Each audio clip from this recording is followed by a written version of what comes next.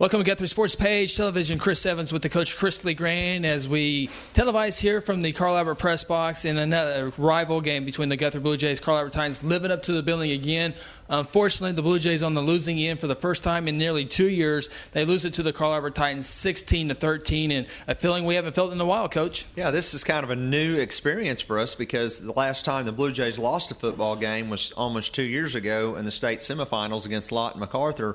So kind of a strange feeling tonight on this particular video cast, but at the same time, a very good football game, another classic in the ongoing rivalry between Guthrie and Carl Albert. This one, unfortunately for the Blue Jays, was decided by 3 points, and how often in the last 3 or 4 years has this game gone down to 2, 3, 4 points, and tonight was no exception, as it was another hard-fought game. But this time, unfortunately, the Blue Jays came up a little bit short on the score of 16-13. Of course, it started off with a bang. The very first play is Daquan Lowe, the great standout who will be at the Division I school of his choice. Normally, jersey number 8 comes out on the first play as number 85, and he takes the first play from scrimmage and goes to the house from 75 yards out. And then after that, he goes back to jersey number 8. So the rule is you can change jerseys all you want, and that's not, we've seen it before, but a little bit different, and I guess it does work for him. Absolutely, it worked tonight, and I tell you, that's one that will be remembered for some years to come. That's just something that you don't see very often. And what was so unusual about it was the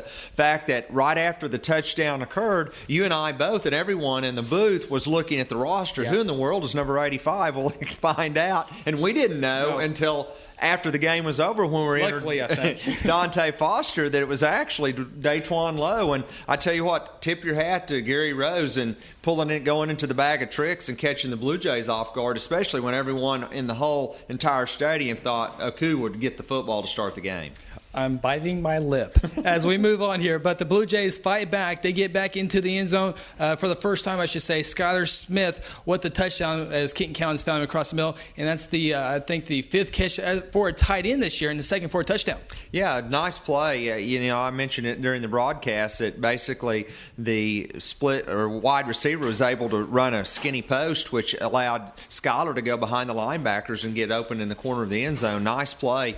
Kind of caught Carl Albert by surprise and got the Blue Jays right back in the football game. Unfortunately, at the time, the extra point was blocked, so the Blue Jays go into halftime with a 7-6 deficit. Blue Jay got lucky a few times, if you will, but Carl Albert almost scored at the end of the half, and Dante Foster saved a touchdown toward the end, and then Carl Albert had 6 seconds to work with, decided to go for it, and the catch was caught, but they ran out of time. Yeah, the big break for the Blue Jays, because we had talked about it during the timeout. Did they actually have time to run one play, 2 plays, whatever? Come find out, they didn't have enough time. The Blue Jays were able to escape another scoring opportunity by the Titans. So going into halftime, only down 1, I thought they felt pretty good about their chances in the second half.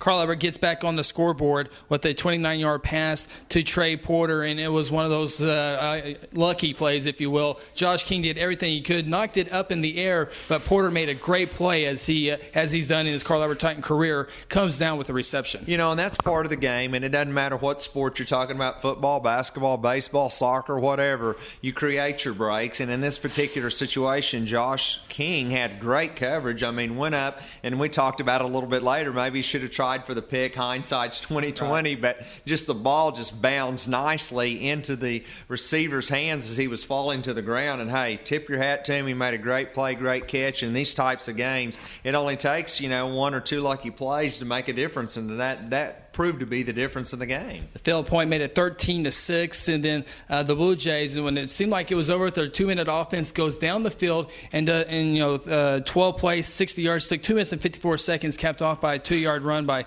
Josh King, and the Jays were right in at 16-13, and then the onside kick failed. It went 11 yards, and just Carl Albert wrapped it up. I tell you, it was great clock management by the Blue Jays the last 3 minutes of the game to be able to go down the field and score without actually using a timeout. out using the sidelines of the boundaries, getting out of bounds. And that particular drive, I was really impressed with Keaton and Dante. Dante had like 4 or 5 receptions in a row. But like you said, we mentioned this on the percentages of converting a onside kicker, about 20%. Unfortunately, the ball went right to a Carl Albert defender, and that basically sealed the deal for the Titans, and unfortunately ended that beautiful 20-game winning streak that the Blue Jays brought into this game. And I failed to mention before the 2-yard run by Josh King, Carl Albert kicked a 37-yard field goal, which was the longest of the season for Major, the Carl Albert kicker. His season long before that was 36 yards, and so you had a longest field goal of the season, a tip pass, and a jersey change, and that's the difference. And Coach Watkins said on the radio broadcast, we're not making any excuses. Jays had their opportunities inside the 10-yard line one time and failed to get in. Oh, and I think probably the difference in the game was the fact that right after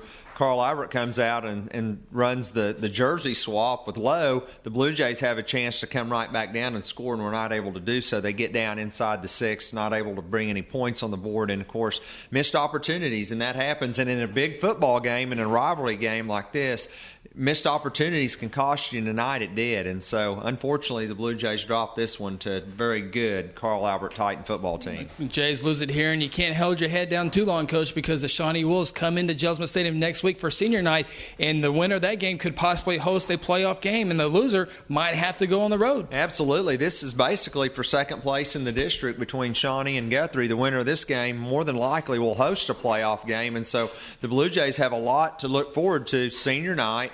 A lot of emotions. Of course, this senior class very successful through their careers at Guthrie High School, but at the same time, more importantly, it will determine their first-round game more than likely in the playoffs. So consequently, the Blue Jays don't have time to hang their heads, but they got to get prepared for a very good Shawnee team coming to Guthrie next week. Congratulations, Josh King, who was named our Tyler Nichols Heart of a Champion Award, as well as our Huddle House Player of the Game. And Guthrie Carl Albert lives up to it once again, Coach. And the history says, the last 4 years is Guthrie Carl Albert, Guthrie Carl Albert.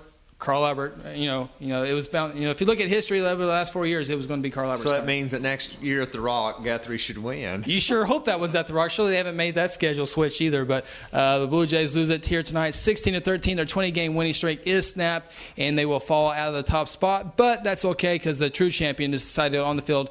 Thanks for high school football and the playoff system. So we'll sign off here for the Coach Chris LeGrande. I'm Chris Evans. Thank you for watching Guthrie Sports Page Television.